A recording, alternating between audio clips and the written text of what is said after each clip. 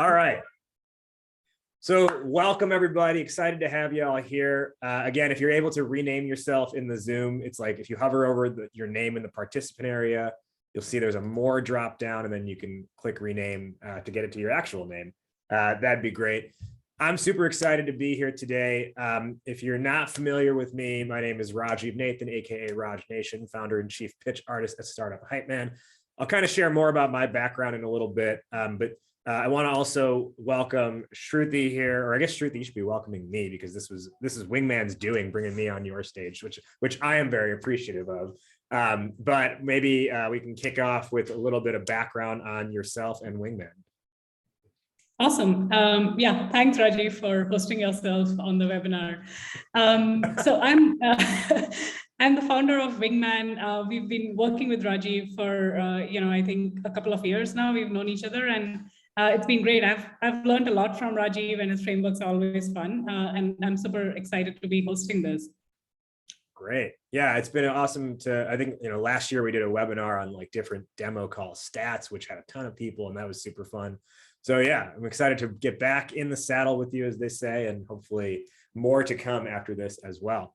So I'm going to dive into the content now. And Shruti, just as I'm going along, if there are specific things that you want to add your own commentary onto, please just jump in. And if that means cutting me off, by all means, please do that. For everyone who's watching, yeah, look, there it is, first one. Just warming up, Rajiv.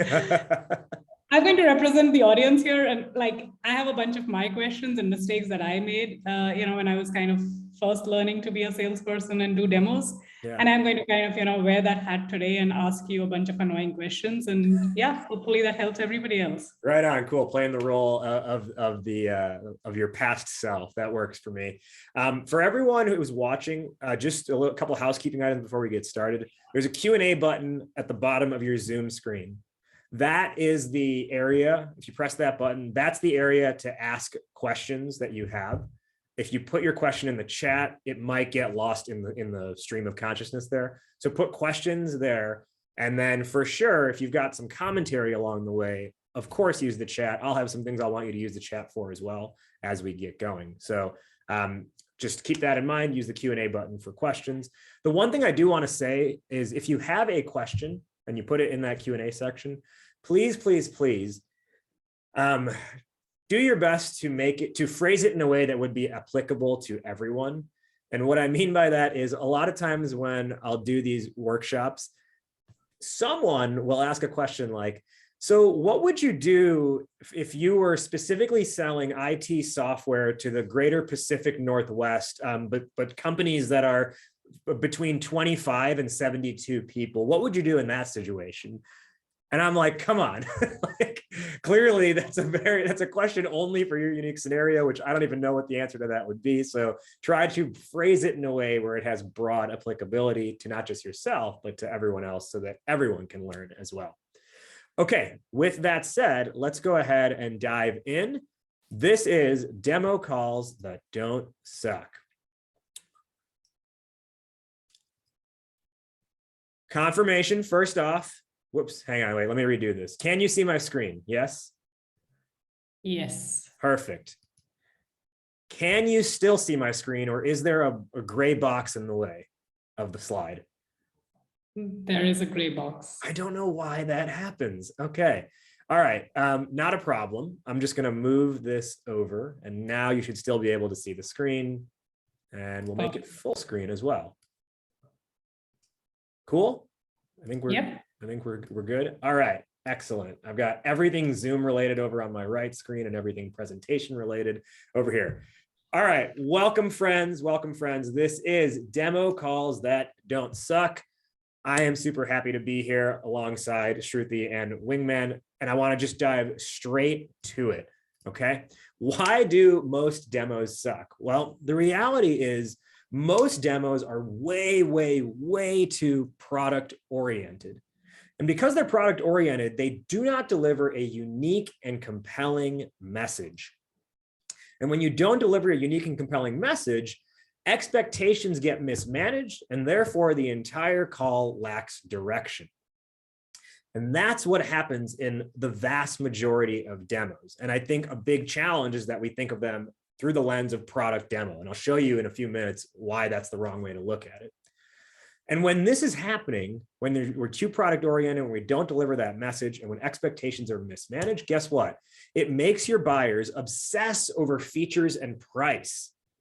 It makes your buyers forget who you are sometimes. And these are actual quotes, by the way, from different calls that I've listened into or experiences that I've had. In this case, one of our clients was actually trying to buy software for his team. He was the head of sales, and he was shopping around multiple vendors. And I even forwarded him a name. I was like, I've looked at their stuff. They look like they might be pretty good. And even the one that I forwarded him, he forgot, right? And I think that's exactly the wrong position and the opposite position of what you want to be in. So either they're going to obsess over price and features, they're going to forget who you are altogether, or they're going to opt for do nothing and the status quo, right? And then you end up getting that email a few weeks later saying, thanks for speaking with us. We're going to table this for now. Some other priorities have come up. We'll reach out when the timing is better. Or here's what might happen. I'm sure this has happened to everybody. You might just get ghosted altogether. And then you're the one sending the email a couple of weeks later, just checking in. Have you had a chance to speak with your team about this yet? Hello, anybody there? You there? If you can relate to this, I want to know in the chat, like which one of these things can you relate to? You could write obsess or forget or quo or ghost for which one of these things you've had happen to you before, or write multiple of those words if multiple of those things have happened to you before. All right, this is not what we want to have happen, because the reality is your demo shouldn't turn away buyers or make them feel like they are settling. Instead, it should be an experience that inspires them. And in so doing, it turns them into champions and evangelists of your brand. I really, really want you to take that message to heart. Your demo should be an experience that inspires them. It should turn them into champions and evangelists of your brand. And just taking that message to heart for a moment, I just want you to sit with it and just ask yourself, how might that change how I'm demoing? How might that influence the way I run a demo call? Do you recommend playing music at the start of it, Rajiv? You know what? I've actually done it a couple times before where I've asked beforehand, who's your favorite music artist, just through email, and they've told me, and then when they sign on, I'm playing that song of theirs.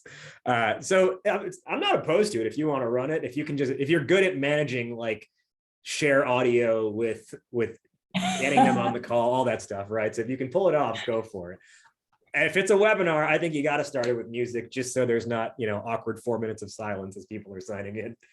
So you could either have, right? You could be turning people away and having them settling, or delivering a brand experience that inspires them. And just, open question here. Which would you rather have? Really think about that. Obviously, I feel that you want to have the experience that inspires them and turns them into champions and evangelists. And the reason why I believe so strongly in that, let me give you a little bit more kind of insight into my personal background. My fundamental belief about life, the thing that drives me, my why, if you will, is this deeply held, deeply rooted belief that everyone deserves a voice. And that notion that everyone deserves a voice is actually what drives all of my professional pursuits and passions and personal passions, right? So if you're not familiar with me yet, what you're going to learn now is that I am a hip hop artist. I'm a yoga instructor. I am a professional ring announcer for MMA and combat sports, and then the founder and chief pitch artist of Startup Hypeman. And I want you to just see with that, what I'm bringing you today with this content is how do we make what we're doing in this B2B environment a little bit more interesting. And I've got a pretty decent amount of experience in the interesting category, if you will, with literally introducing professional fighters as they enter the ring, or literally having to create music that gets people moving, right? I want you to get your people moving in the demo environment. And it all comes back to that notion of giving you a voice. Just a couple properties. I just want you to know, if you like TED Talks, go ahead and check out mine, and just search my name there. I want to share this story today of specifically of how we're going to improve your demo calls through the lens of an actual customer that we worked with, an actual tech company that we worked with at Startup Hypeman. And that is the company Searchspring and their CEO, Peter, right? So Peter is an e-commerce industry veteran. Searchspring is an e-commerce software. And I actually cold emailed him a couple of years ago with my offering. And his reply after we got to meeting, right? He replied and we met, and he told me selling through demos is horrible. We are always caught in a feature battle. And I was like, okay, you know what? I can feel why you might experience that. And that's because that's what I've heard a lot of other company leaders say as well, or something similar to that. Like it's always pricing and features. I've got a vision, but it's not being articulated by the team. And we end up becoming an also ran, right? That's not where you want to be, but that's where Searchspring was. And I was like, okay, I think we can fix this though. And I feel really confident if we take a different approach. And so what we did was we actually created this new demo system for Searchspring. And what we do is we call that like the story stack, right? And the best way to visualize that is like it's your company's mixtape, right? And you've got these different tracks that you're playing throughout a customer call. And so what I want to do here is just kind of walk through like how does the demo system and the story stack influence your own selling and your own conversion rates. Here's what you need to know about Searchspring's situation, right? They had like one of the things I think is great about Wingman is like you get the data on your calls, right? You get to know, you get the insight as to what's actually happening. But the key is you've got to actually do something with that information, right? You've got to let it, like data informs your decision making, but it is not the decision itself. And so what do you do with that data? You either sit with it and do nothing, or you take advantage of it and you actually make changes, right? And here's the thing, right? All the reps had good talk and listen ratios. They all asked a healthy volume of questions. They knew the software inside and out. And just at a base level, they had a really good product as well. Like on G2, they had a 4.9 out of 5 rating, which means they have basically the best software on the market for their category. Raj, one thing I like to, constantly tell people, like there are thousands of people who've read the book, the 5 a.m. club, lots of people know that they would like to wake up early in the morning and it's going to change their life, but people are not able to act on that, right? And that's exactly, what, of course, we want to be able to help people do. And that's why it's so important to break this up into, like little things that people can easily adopt. And, as we go through go through your presentation today, it would be great to have people, at the end of it, commit to like, 1 or 2 changes that they would want to make in their demos. Because I think it's easy to kind of know what is good, but it's really hard to do what is good. Mm-hmm. Yeah, and we're gonna kind of show you all those little bits and pieces along the way. Right. Also, Rajiv, one thing I think you might need to give people the permission to be able to rename themselves is what I've been told. But yeah, okay. Whenever you get. I don't even know how I would do that. If anyone knows how I can do that, please put it in the chat of how I can give you permission. Aside from going one by one to every single person and saying give permission, because I don't know. Well, until then, I guess we'll just all be one name together. One love, one life. All right. So, right, you can have all of these things that are technically working in your favor, but you've got to like really look behind the numbers a little bit, because the reality is they were consistent. Even though these things were in place, the team was still consistently missing quota, losing deals on price, relying on discounts, and getting piecemealed by their customers. And what I mean by that is, perhaps you're in a similar situation. Like they sell a product suite, like there are multiple components to their product. And when it's the best thing a customer could do is buy all of it, but they do have the option to just buy one part of the product suite. And that was happening to them a lot. They were getting piecemealed by their customers. But if you sell a product suite, the reality is that the best way for a customer to unlock the full value of your product is to buy the whole thing, not just buy 25% of what's available. And this was happening to them a lot. They were just buying 25% when they could be buying 100%. And when you look at that, again, it's important to look behind the numbers, because the reality is, according to the data, they were technically following the rules with what you saw on that last slide. But here's the thing. You can have the right talk ratio, but still be talking about the wrong things. You can ask the right number of questions and still not get quality responses. And you can have a highly rated product, but that does not mean it's going to sell itself. No one is able to walk into a room and say, our product gets a 5 out of 5. Our product gets a 4.9 out of 5. You're going to buy from us today, aren't you? If anything, people will be like, what aren't you telling me? Right? So you've got to look behind the numbers if you want to improve. And on top of that, the AEs on the team still had a ton of questions, right? How do I deal with status quos, delaying or killing deals? How do I stay top of mind between calls? How do we, like, let me know if these things resonate with you. You like use the chat here, like which one of these things are on your mind, right? Is it how to avoid discounting right away? Is it getting them to see you're different? Is it creating urgency? Which one of these things is relevant to your specific situation? And these were the questions they had. And then at a company level, there was a challenge because it was hard for their leadership to provide the right support. Why? Because Peter, as the CEO, was busy being the CEO. The head of sales was just focused on managing the pipe, and marketing, which wasn't in tune with the day-to-day buyers. And so it's like, all right, we can fix this. We can figure this out. And what I want to do now is walk through the demo system that we were able to install to help them do things a little bit differently, or maybe perhaps a lot bit differently, and turn that ship around. So here's what we're covering today. I'm breaking this out into 4 parts: the mindset, the messaging, the call flow, and then the coaching and accountability required for repeatable, scalable demo call success. And it's really important that you understand all 4 of these things, because they interplay with one another. And if you have one without the other, it may not matter that you have the one, right? You can have the mindset, or you can have the messaging, but if it's not rooted in the right mindset, the messaging is probably going to be off.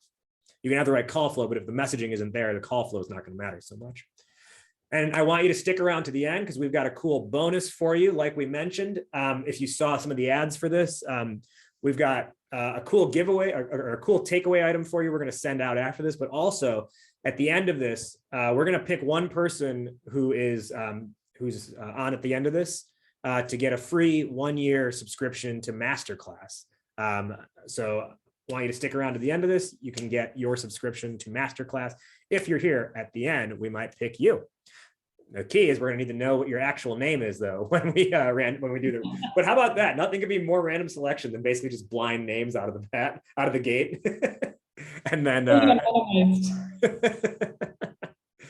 All right. So if we're feeling good, I just want to make sure we're ready to move forward and go with mindset. So just toss mindset in the chat if you're ready to get started on learning this demo system, so that you can apply this to your own sales process. So let's go ahead and kick it off. Sounds like we're ready. And let's talk about the mindset, right?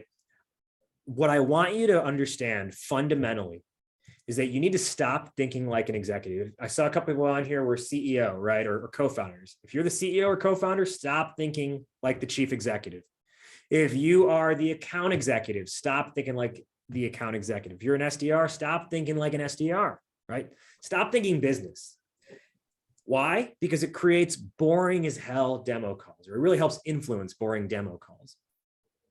And here's the thing, here's the mantra that I want you to embody. If you've seen Dirty Dancing, right? Nobody puts baby in the corner. Your baby, and nobody puts baby in the corner browser tab.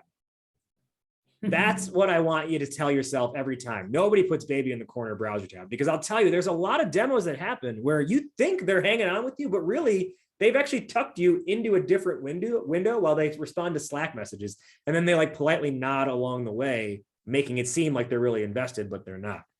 I'll tell you, anytime I do a workshop like this, I tell myself this beforehand. I don't want to have a workshop that's tucked away in a corner browser tab while you do something else. So that's why I'm talking loud, I'm using my hands, and I'm putting music at the beginning, and I'm putting different things along the way to make sure that we're in this together, right? So tell yourself that. Nobody puts baby in the corner browser tab. And so you're going to stop thinking like an executive and instead think like an entertainer. Why an entertainer? because the entertainer is purely audience focused. If you have ever gone to see your favorite musician, your favorite band play on stage, they don't hit the stage and say, how's everyone doing tonight? Yeah, we're great. Okay, great. So check it out. Tonight, we're going to play every song from our entire catalog. That's about 14 songs an album, 9 albums in total. It's pretty good number of songs, but not just that. What we also want to do, in addition to playing you every song on our album, we also want to play for you some of the B-sides and then some working drafts that we have in our garage that aren't fine-tuned yet, but they are on our catalog roadmap, and we want to make sure that you understand them. And you may not care, but it's really important to us that we get out all of this for you, because we've been working really hard on all these things. It's going to take like, I don't know, 19 hours to get through it all. Who's with me? Even Shruti, would you want to stick around for that 19-hour concert of all those songs? Can't wait for it, Rajiv. Right. Even if it's your favorite artist, you'd be like, get my ass home. Like, I gotta eat dinner, I gotta feed the family. Just play the hits already. And that's what you need to do when you're in your demo call situations. You gotta play the hits. You gotta have a set list, right? And that's what entertainers do. They curate a set list by asking themselves, what emotion do we want to leave these people with by the time they've left here, right? What emotion are they going to be buzzing about when they leave this arena and start talking to their friends? And that's what you want to do. You want to build and curate your set list to deliver a specific emotion and become audience focused, as opposed to product focused. And if you're thinking like an executive, I promise you, you're probably product focused. If you're thinking like an entertainer, you're going to be inherently audience focused. Another way to visualize this is through this amazing Super Mario graphic. And that is, you have the small Mario as your customer, the flower is your product. You combine those two things together, you get big Mario on fire, shooting fireballs, killing bad guys. And that's what you sell. You do not sell the flower, you sell Mario shooting fireballs and killing bad guys, beating Bowsers. And so many companies are out here trying to push the flower, when what they should be pushing is the better version of their customer, right? That's what that represents here. I would recommend you take a screenshot of this, print it out, or just Google search this image. You can find it. Print this out and put it next to your computer, okay? It's that, because it's that important, and it's a great, consistent reminder. Think like an entertainer. That's the mindset. Because if you are audience focused, it's no longer a product demo. It is a brand experience, okay? It's not a product demo, it's a brand experience. And that's what you want to be delivering. Shift your mindset today, shift your offer, shift your delivery, and tell yourself, I am not delivering a product demo today. I am making them part of a brand experience. Okay, that's the mindset. 2 questions for you. Yeah. Right. One is, how did this kind of, become real for you? How did this strike you? Right. That the mindset was an important part of it. Yeah, maybe you can answer the first one, and then I'll ask the second one. I'm not sure. Sorry, I'm not sure I'm following the question. How did it become real for me? What do you mean? Like, how did it click for you that mindset was, the foundation for you to be able to do a good demo? Okay. Yeah. Well, I think just given some of the different parts of my background and the things I'm involved in, what I've really learned is, like, we need to all be looking at the entertainment world more as the inspiration source for what we're doing here in the business world. Because look at how good the entertainment world is at connecting with their audience. Look at what our #1 goal is as business people. It is to connect with our audience. And so when I looked at that, I said, okay, they've got to be approaching it differently. And, an actor will cut a line out of a script if they think it doesn't fulfill the larger narrative. But for some reason, we're so hung up on, in business, being like, no, I have to say everything and anything regardless, because it's the product, right? And I'll tell you, years ago, I was doing some freelance demoing for a company, and I was very much into the product mindset. And they'd get on the call, and I'd spend 40 minutes, and I would demo them for 40 minutes, and then the sales would lead to nowhere. And I was like, okay, something is wrong about my process here and my approach. I've got to reframe this. And that's when I was like, who's doing it really well? Let me take a step away from demos. Let me look to the entertainment world to see how they're able to connect with their audience. And how do you, a lot of times people encounter the situation where they get on a call And the person on the other side has either a checklist that they're trying to get through in terms of, does the product do A, B, C? Or they start off the call by saying, listen, we're already looking at this competitor of yours. Now, can you run the demo to help me understand how do you do this better, right? Yeah. Do you still approach it with the same mindset?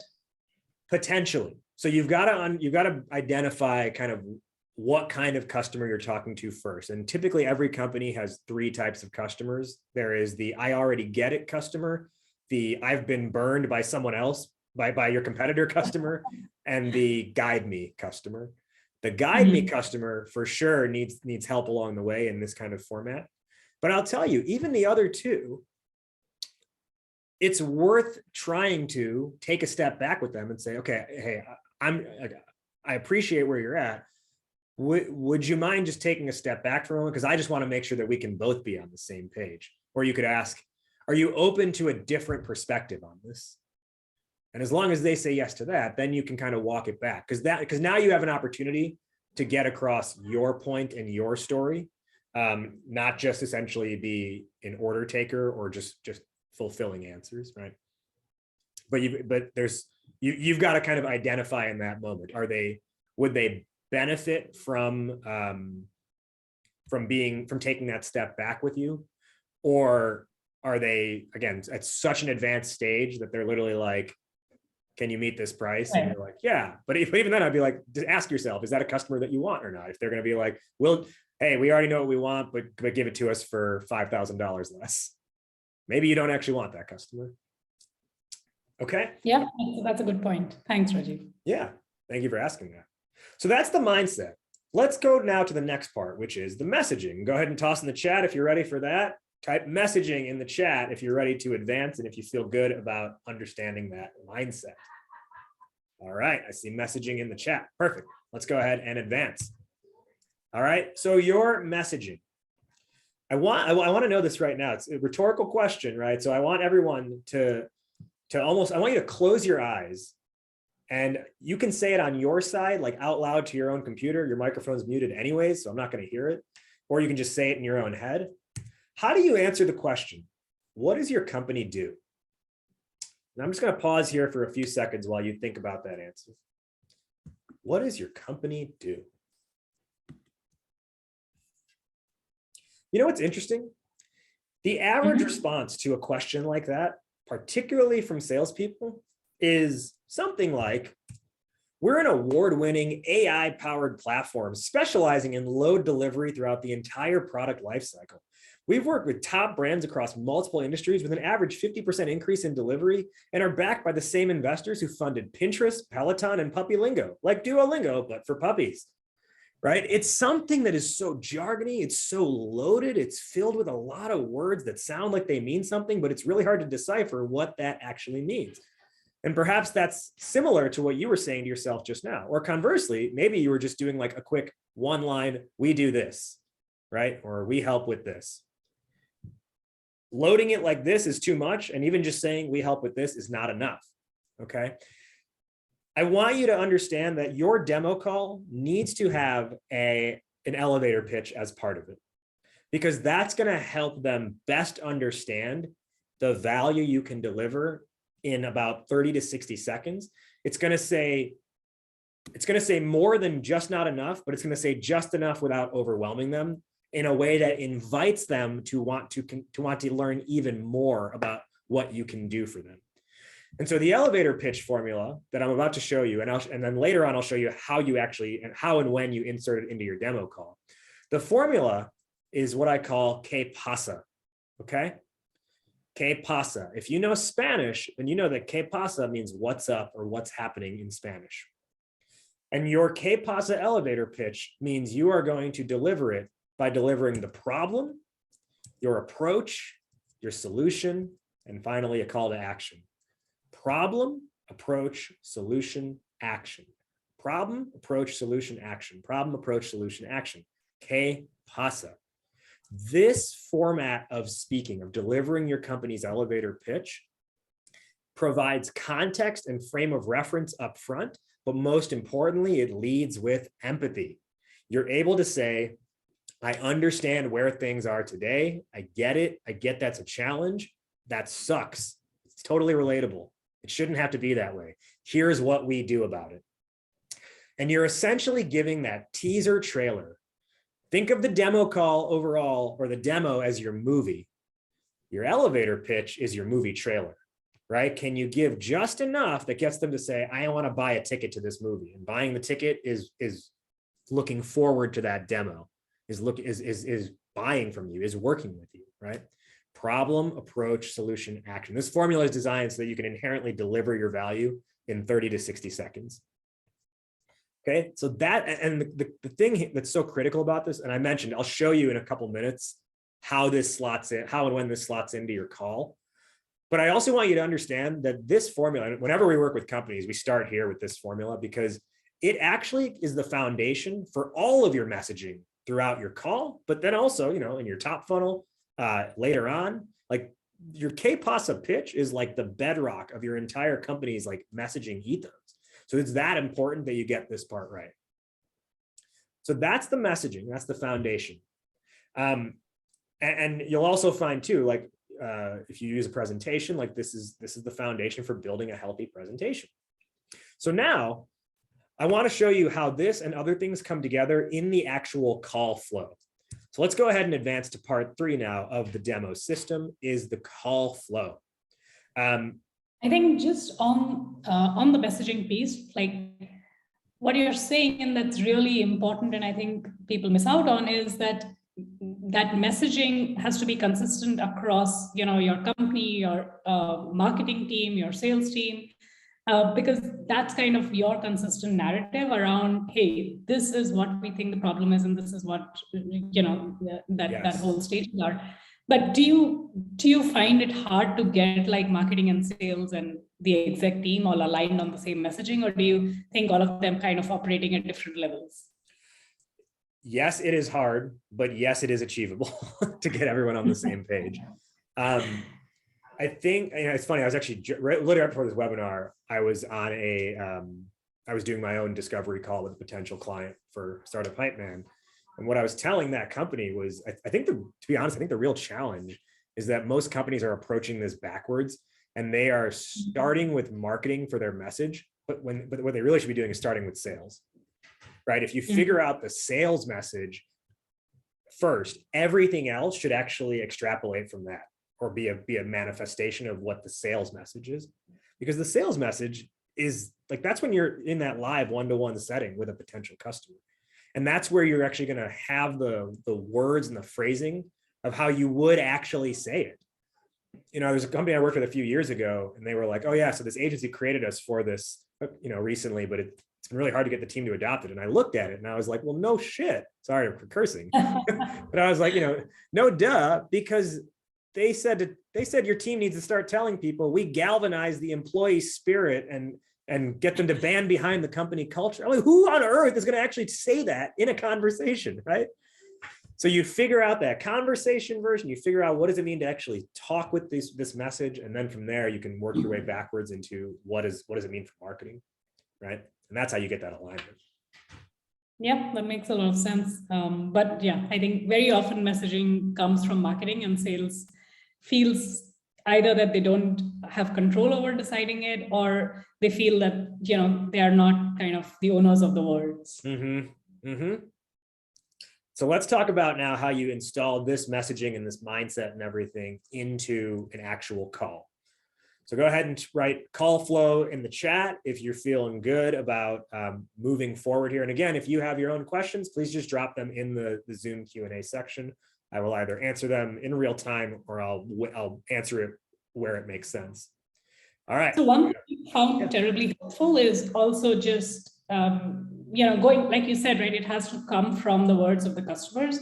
So just going back and trying to understand how are they describing, what is the job that they're trying to get done, right? Yeah. And of course, I mean, for us, we have access to all of the call recordings of every customer that we ever speak with, but those are just like pure gold when you're trying to work on your messaging. Yes.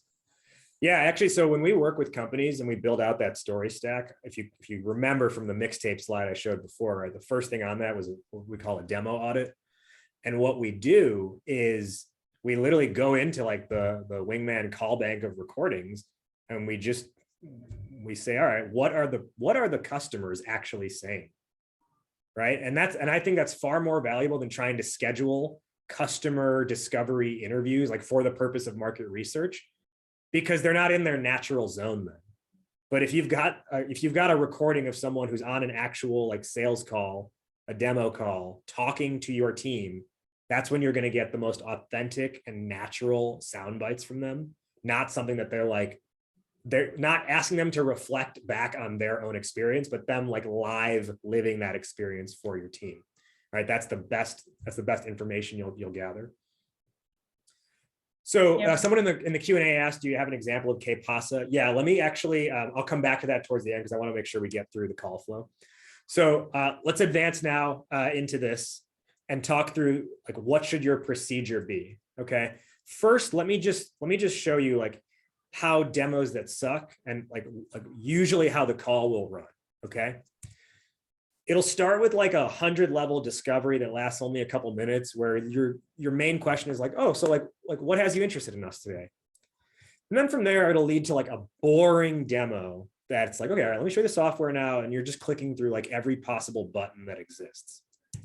And then from there, you've got inconclusive next steps where you get to the end of the call and you're asking the prospect, great, so what are your next steps from here? And then you end up getting ghosted, or it ends up not going your way. And not only that, but if you think about like structurally, it's scheduled as a 30-minute call. The prospect inevitably runs 5 minutes late to that call. And so now you've only got 25 minutes. And then you're kind of stuck at that point, and you run out of time because now you have less time than you thought. Right, it's just a bad situation to be in, because by minute 20, they're already thinking about the meeting they have to get to right after this, right? And you don't want to have this happen to you. Instead, here's our call flow for those repeatable, scalable, badass demos, okay? First, you're going to set a mutual agenda. Next, you're going to deliver an impactful point of view statement. From there, you're going to advance to what I call 300 level discovery. Next, you'll deliver that elevator pitch along with a pitch deck. And I'm going to make, for anyone here who's on team never slides, I'm going to make the case for why you want to use slides in your demo call. After that, you employ, like you get into your software demo and you employ what I call the reverse demo technique. From there, you develop collaborative next steps. And you schedule a 40 to 45 minute time block on their calendar. The reason why you want to schedule 40 to 45 minute call blocks is because I promise you, you will not get booked in a back-to-back meeting this way. And in the likelihood that they are running 2 to 5 minutes late, you still give yourself plenty of time to get through the call. But if you only schedule a 30-minute call, not only are you truncated already out of the gate to get through everything, and then you just feel rushed the whole time, but then again, there's a good chance if your call was scheduled for 2 to 2:30, there's a good chance they've got another meeting that starts at 2:30. Whereas there's a pretty good chance they did not schedule a new meeting to start at 2:41 or 2:46. Chances are their next meeting is scheduled for 3 p.m. And so you've got, like, if you end on time, you've given them time back in their day. If you need to run a couple minutes overtime, which does happen sometimes every now and then, guess what? You've got built-in buffer protected. By scheduling a 40-minute meeting, you've actually allocated an entire hour to yourself and to this call, right? And that's why it's so helpful to schedule that call block for just a little bit longer. Now I'm going to actually break down each of these pieces step by step. So let's start with the agenda, okay? When you are opening that call, obviously you want to have some rapport up front, but I'll tell you, a demo that sucks doesn't even have an agenda to it. You don't say what the agenda for the call is supposed to be. So what this will do is it's going to establish a common goal for the call. It's also going to help keep the call on track, and you're going to secure some initial buy-in. On top of that, it allows you to tease your next steps up front. So what I mean by that is you're going to actually share for them, so here's what I've got planned for the call today. And then you're going to ask, does that work for you? And as long as they say yes, which they probably will, now you've got them bought into the structure of the call, which makes them more likely to be paying attention throughout. You're also going to ask them, is there anything in particular that you want to make sure we add to that agenda? I'll tell you from experience, most people will say, no, what you said works. But every now and then you'll hear someone say, yeah, I just do want to make sure that we get a chance to see blank or that we cover blank, which to be honest is probably would have been in your plans anyways. And then the best part about this agenda is as part of it, you're going to say, so that's how I want the call to run. And by the way, if there's a fit here, typically a next step looks like blank. So in the first 5 minutes of the call, you're able to tell them, you're able to cover the last 5 minutes of the call. And I'll show you later on why that's so helpful, but I think you can already start to see that. Someone asked a question, how is a mutual agenda scalable? By design, mutual agenda will help us align better, but may not be scalable. Great question. What I just showed you there is how you're delivering that mutual agenda in the sense that you're laying out the template for them and just confirming that that works. And if they have anything they want to add to it. But like I said, most cases, they're not going to have anything to add, or they're going to say something that you were planning for anyways, right? So that's how you can still make sure this is scalable and repeatable, but it does allow for any potential nuance based on their specific situation. And at Wingman, we ran stats on agenda. And what was interesting was that calls where people were setting up agenda, the win rates increased like more than double. And what is surprising is that actually this happens in less than 5% of the calls out of the 250,000 odd calls that we analyzed for this, which is just mind-blowing to me, right? And it's one single thing that has the biggest impact across everything else. That's wild. Yeah. And I'm glad you brought up that stat because it just proves how useful this is, right? It's like most people aren't doing it, but the ones who do are seeing like outsized returns at the end of the day. Absolutely. From mutual agenda, let's go ahead and advance to the next part of this demo flow, this call flow, which is your point of view statement. Demos that suck do not have a point of view. And I'm here to tell you right now, a product without a point of view is pointless. You are going to get commoditized. You are going to get beaten down. Your product, your company must have a point of view. Your point of view is your company's stance and belief system about the industry. And it should not be about product features whatsoever. It should live above that. It should convey a specific vision. And I'm telling you, most teams have never thought about this. Most companies have never thought about this. And for my CEOs and founders on this call, the point of view should be coming from you, right? It should not be individual reps who are independently thinking about and delivering different point of views every call. As leaders, you should be thinking about and helping your team understand, this is our point of view on the industry. Because essentially what you're doing here is kind of making a case for, hey, anyone who does it this way is wrong. We believe everyone should be doing it this way instead. And just give you an idea of what this means. That's like for Startup Hypeman, when I get on calls, when my team gets on calls, our point of view is, and you kind of got a feel for it earlier, is we believe in the power of having a voice. Because without a voice, companies risk commoditization because their customers will treat their product as interchangeable. But when you capture and own your voice, your customers are going to recognize your unique qualities and magnetize to your brand, and that's how you dominate your category. That point of view statement is nothing about the product that we offer, but it is about the way we look at how companies should be operating relative to like what we offer. And then the great thing is when you deliver that point of view statement, it can actually be it can lead into the beginning of your discovery, because you can go from that to, like in that case, I can say, and I have said before, I want to know, how do you think about voice at your company? And man, let me tell you, that is a powerful first question to ask in discovery if you dovetail it off your point of view statement, because now you're going to get them thinking more strategically than they ever have before about their own situation. So let's talk about how you advance this into the discovery, right? So you kind of use that, you dovetail off of that into your discovery, and you set up 300 level discovery at that point. Not 100 level like we saw before, right? And I'm using like college course systems there, right? 100 level is introductory, 300 level is more advanced. So you're delivering advanced discovery. And in your advanced discovery, you seek to understand pain within the context of their overall initiatives. And you're also encouraging the buyer to qualify themselves. So in that 100 level discovery, what I see reps do so often is they kind of just treat the issue as siloed within the realm of their own product.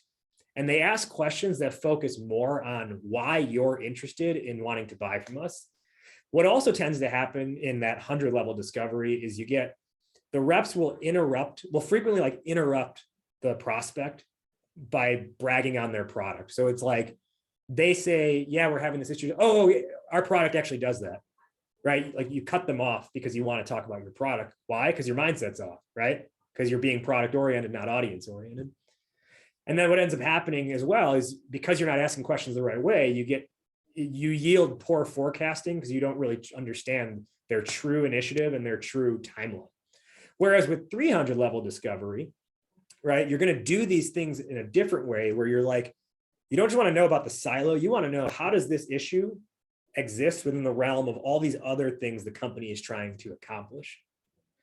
And instead of bragging on your product by interrupting by bragging on your product, you're going to let them talk, but then you're going to help aid what they've said by being able to share stories of how other customers you've talked to were experiencing some of those similar issues. And when you do this properly, you're going to get far more accurate forecasting, right? And no one wants to log into their CRM and talk to their reps. And you, as a rep, there's nothing I know that's worse than having that review meeting. And it's like, you've got it listed in there as set to close by February. And it's like February 24th. And then your sales leader is like, okay, what's the status of this? And you're like, oh, I'm just waiting to hear back from them, right? It's not a position you want to be in. You want to be in a more, like in control position where you know exactly when a deal is going to close. So now I want to get to the next couple parts a little bit quickly because we've got about 10 minutes left. Let's get, so you come out of your discovery and now this perfectly tees up your elevator pitch and then your pitch deck. So what I'll show you, demos that suck don't have that elevator pitch. They don't have that concise introduction. And they either don't use a deck at all, or the deck that they use is a capabilities deck, where you have a bunch of slides that basically just talk about your products, talk about the customer logos you've acquired over the years. If you're a startup, here's our funding, et cetera. It's basically a I'm great, no, I'm great, trust me, I'm really great presentation deck. That's not what you want to do. And this is why I think a lot of people are anti-slides altogether, because of course that would be ineffective. So instead, you come off your discovery and you deliver that pasa pitch. And then your presentation is where you're able to, and this is where you got to think really deeply about the narrative that you construct, because your deck should define your category and make a state of the industry commentary. Okay. So coming back to that pasa pitch, you're going to give them that 30 to 60 second frame up. And to give you an example of that, because someone asked before, I don't know the exact words off the top of my head, or I've probably got like 85% of it correct off the top of my head. But for example, in the case of Searchspring, who's the company I showed you at the beginning of this, where we applied all these different components, their elevator pitch, so they come off of that discovery and they're like, so that's really helpful. Thank you so much for sharing all that. And it's actually pretty consistent. I just want you to know it's pretty consistent with what we're hearing across a lot of others in the market as well. Because the reality is we talk to e-commerce retailers pretty much every day who tell us that they're stuck working with a site that doesn't work the way they actually want it to. The search bar will pull up incorrect items.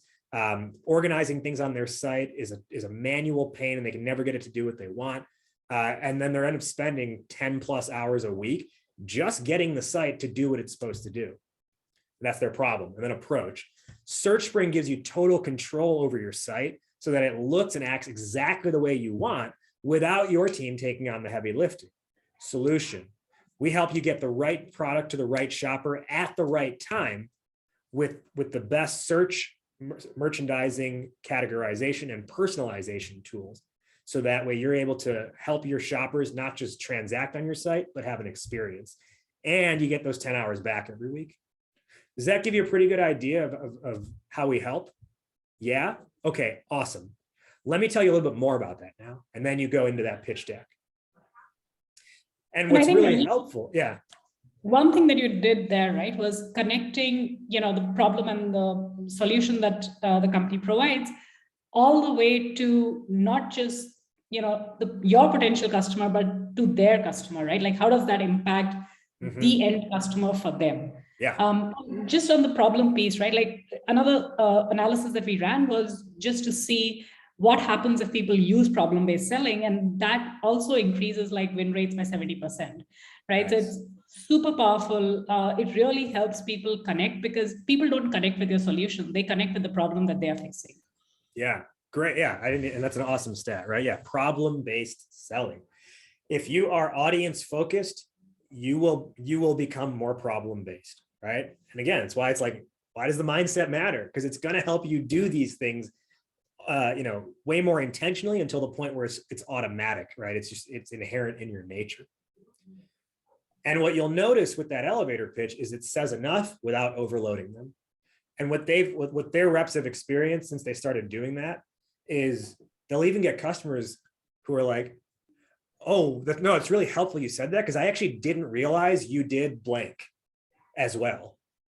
Because the thing is, they do a few things, but their name is Searchspring. So a lot of times they get some market confusion that they only offer like improved search on an e-commerce site, but they do these other things too. And they're like, oh, the personalization, that's actually a big priority for us. So I'm glad you said that.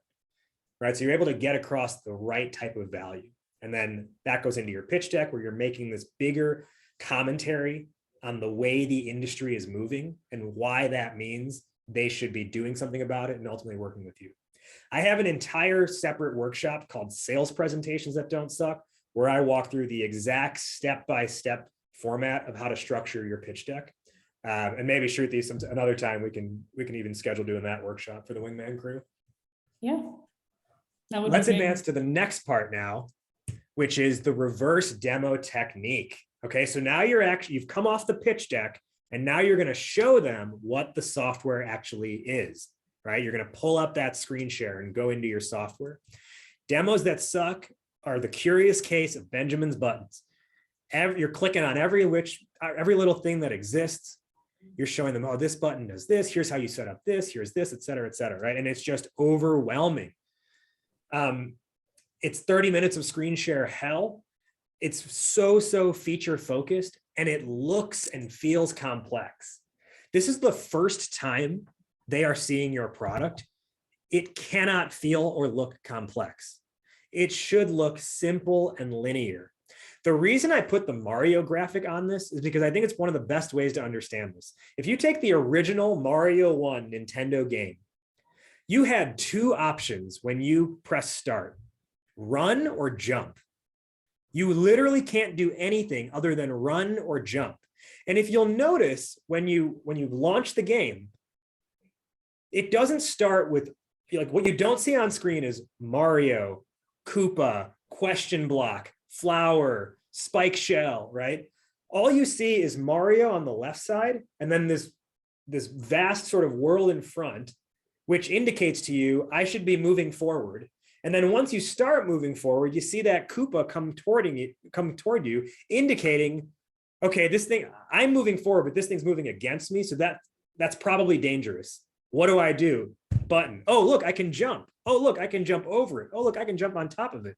Now that I know that I can jump, wait, there's these shiny objects here. That looks more attractive. I should explore that. Oh, look, I hit it, a mushroom comes out. Great, right? You progressively learn about how to interact with the game. And the game design is so intentional. And so many software demos are the exact opposite, where it's an overwhelming onslaught of information that tries to tell you everything all at once.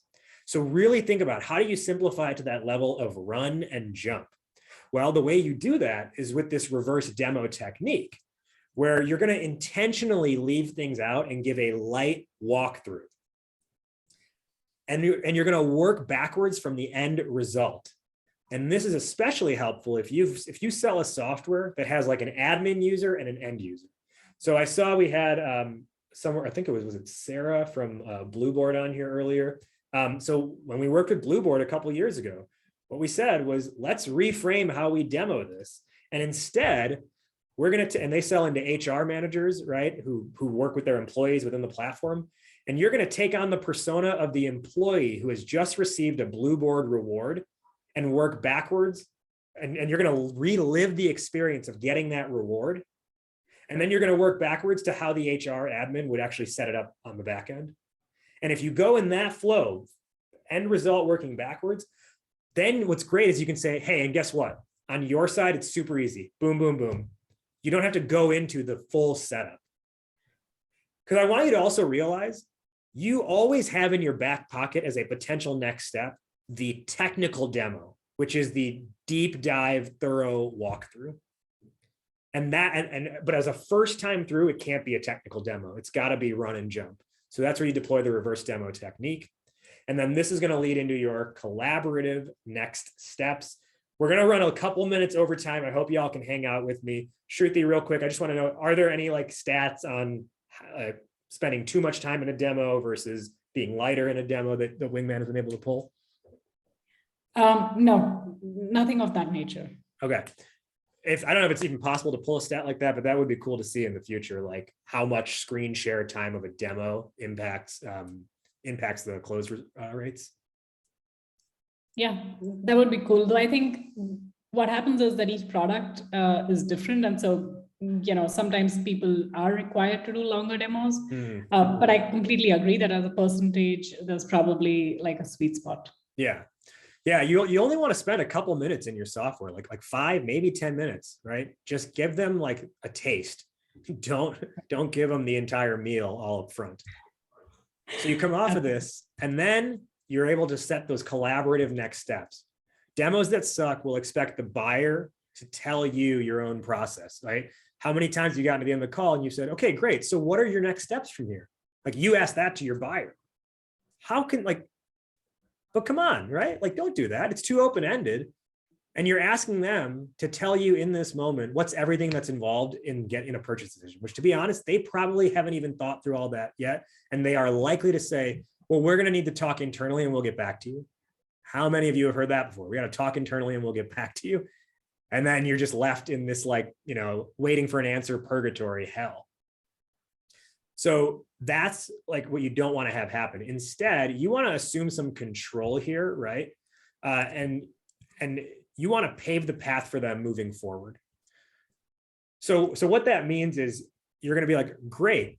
So I'm feeling there's a fit here. And remember, you can call back to, remember what we said up front, you tease the next steps in your agenda.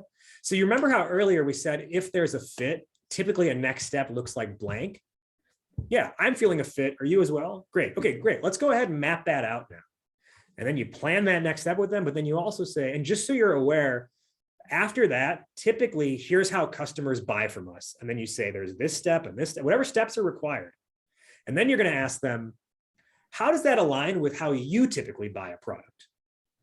And you're going to find out in that moment, are you here? Are you here? Or are you here? And if you're not here, what is it going to take to get to? If you're here, what's it going to take to get to here? Right? So part of that is going to be like, give them some homework along the way too. I can't tell you the number of calls I have reviewed where a rep will say, great, so I'm going to send you this. I'm going to look up this. I'm going to ask our product engineer about this, and I'll get that all to you by end of day. And there's nothing the other person is responsible for. Not even a reply to me and let me know you got it. So you want to divide some responsibilities, set that next meeting and be like, okay, great. So as we mentioned, I'm going to send you these 2 things. What I need you to do is this, right? I'm going to send you this content. I want you to read that because when we start the next call, I'm going to ask you some questions to make sure that this is still vibing with you, right? Something like that. Give them some homework so they are invested beyond the first call into the next call. And that, friends, and actually, I want to check, was there any data on next steps? I thought I saw something about that at some point, like being able to set next steps and how that helps. Yeah, so we looked at the next steps data, and what is really interesting is that, in pretty much 90% plus of calls, there is some mention of next steps. But what happens is that people wait, too late in the call to actually think about next steps and talk about them. And there is no like mutual setting up of next steps, like the collaborative next steps. Right? And that is why while, every sales rep probably comes out of the call feeling that, hey, yeah, we did talk about next steps. There's a huge difference in just saying, okay, so, can we set up another call, versus making sure that there is an alignment on, what and why, and, what's going to happen in that next call. Yeah. Okay. Yeah. And again, if you do that, right, like, I don't want you to be in a position where you've committed to doing all these things and all they've said in return is, okay, great, we'll talk internally and we'll get back to you. Like you have lost all leverage at that point, right? You are putting yourself down the road of sending a check-in email every 3 days for the next 3 weeks, only to never hear back or hear, hey, sorry, not a priority right now. Right? Yeah. You've got to make them just as committed as you are, or some degree of committed that you are. Yeah. Yeah, basically, like, one learning is that don't treat next steps as like a checkbox item, right? Mm-hmm. It is the most important thing coming out of the demo, and it's important to, one, make sure you spend time on it, and two, you get like a mutual agreement on it. Yeah. Someone just asked in the Q&A, would you say you should assume the next call, even if they say they're going to talk to leadership first? How do you go about that? Yeah, that happens a lot. What you want to do in that case is say, let's go. And when I say assume the next call, what I mean is, like, it's not an assumption if in the agenda you said, hey, if there's a fit, typically this is what would happen next, and they agreed, because now you're just calling back to what they already agreed to. And if they at this point bring up, well, I do need to talk to leadership, what you're going to do is say, okay, great, well, let's do this. Let's put a placeholder on the calendar. That way, I mean, I'm sure talking to leadership is kind of like herding cats, but now you at least have a thing. Instead of having to say, can we talk about this and when can we meet on it? You at least have a point of reference to say, hey, planning to meet on this date. Can I get you involved? Right. So you're actually going to say, hey, let's put this on the calendar so it's easier for you to talk to leadership. And you know what? If for whatever reason they're not interested and this can't move forward, just decline the meeting. I'll totally understand. You don't have to say why. I'll understand. And if they do decline that meeting, guess what? Pick up the phone and say, hey, just want to make sure that wasn't by accident, right? Can you tell me what happened? So you're covering your bases sort of, and you're hedging against any sort of these like failure points. All right, that is the call flow for these repeatable, scalable, badass demos. Now, in the next sort of 60 seconds to 2 minutes, let's just cover the final parts of it. You have the next part, the final part, which is the coaching and accountability, right? And the big thing here, especially if you are a sales leader or a CEO on this right now, is you have to understand that your reps need more than just pipeline review meetings to be successful. Every time you talk to them about what they're doing, it cannot be what is the status of this opportunity. They need real support, real coaching, and real feedback. And I'm sure every rep who is on this right now, I think you'll agree, it really helps to have support, coaching, and feedback. Otherwise, it's like expecting a basketball team to win every game without ever showing up for practice. And just so you're aware, when we work with companies at Startup Hypeman, our demo coaching system is every rep tags us in a call every month. We go in and we leave notes. And then we have a one-on-one feedback session with them. And then once a month, we do what we call a team game film review session, where as a team, we all watch one call together and do kind of a live open feedback forum. Right? Copy that exact template and use it for your company. But have these ways to have meaningful conversations about what's being done, what's working, and what can be improved.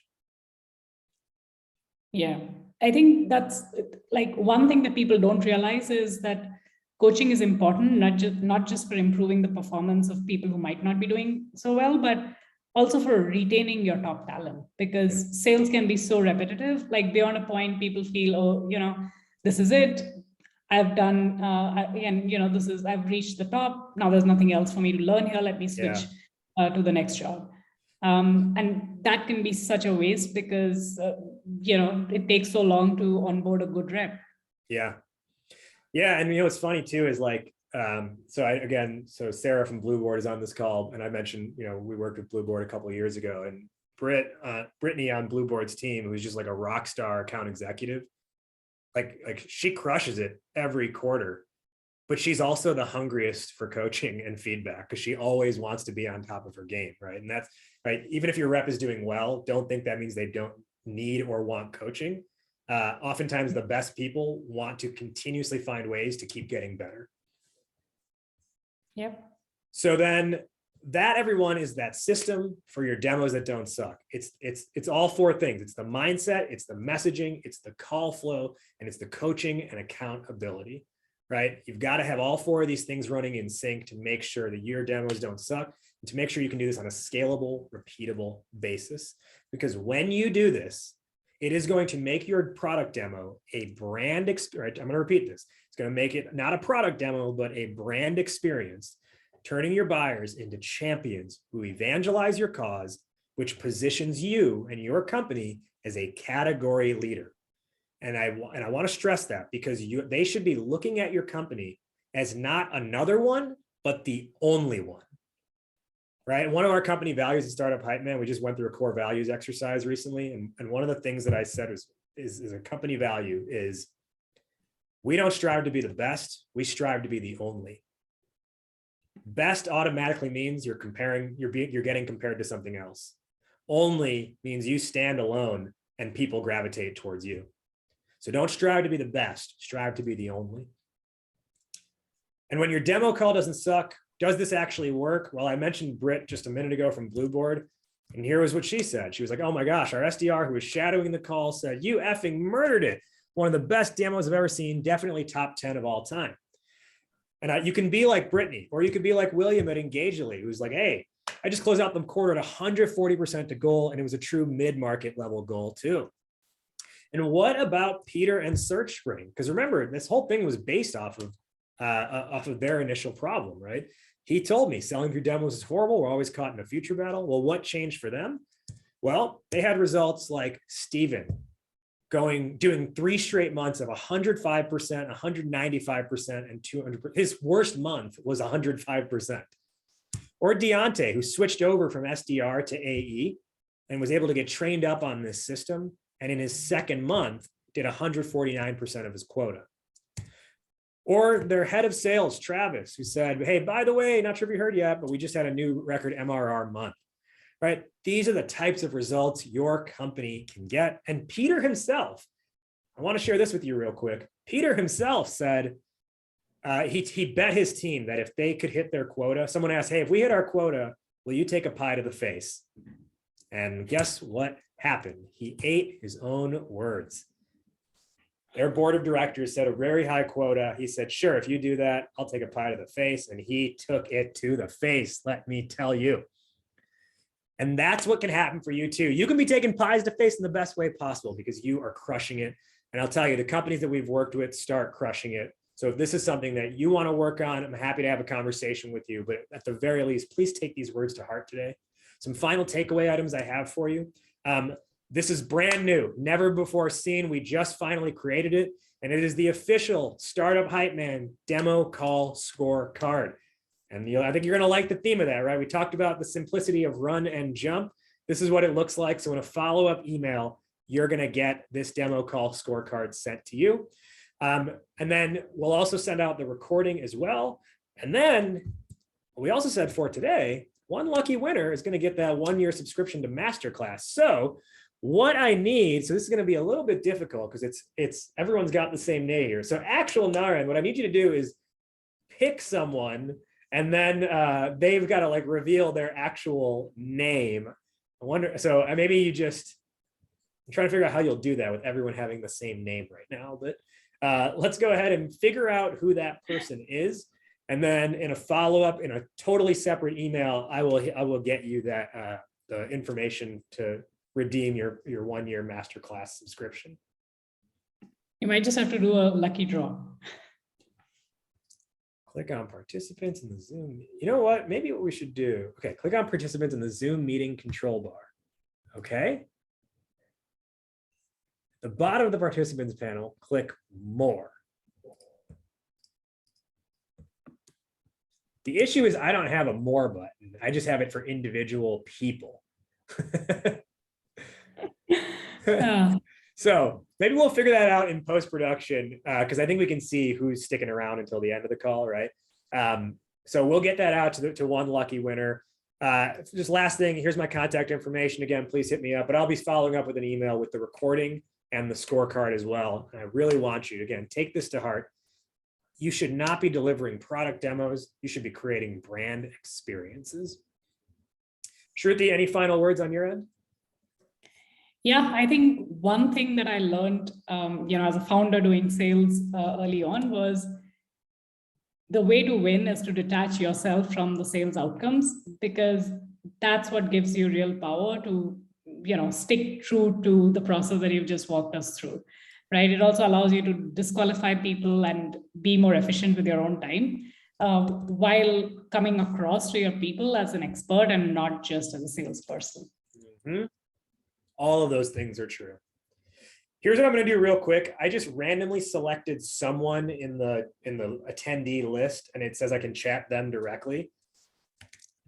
And I'm sending you a message right now. So it's a private message to you and Shruti and me. Can you please just respond with your name and your email so that way I can get you your masterclass subscription? This has to be the most fair system, Raj. Wait, no way. It was actually Sarah. Holy crap. Sarah from Blueboard, who is our #1 fan throughout this. Okay, Sarah, just hit me with your email address. So that way I can make sure I get this over to you. And I randomly just scrolled my mouse over to all the names and I just randomly clicked one. So Sarah, hit me with your email address there. I got it. Perfect. I will follow up later today with that masterclass info. And ladies and gentlemen, thank you for sticking around. Sorry we ran over time, but for those of you who were able to stick around, I really appreciate it. And I hope this is helpful in your journeys. Look forward to seeing you all again. Please connect with us on LinkedIn too. Shruti, appreciate the stage as always, and look forward to doing more with Wingman. Thanks, Rajiv, and thanks everyone for being here. And we will be in touch with more content. All right, take care, everyone. Bye.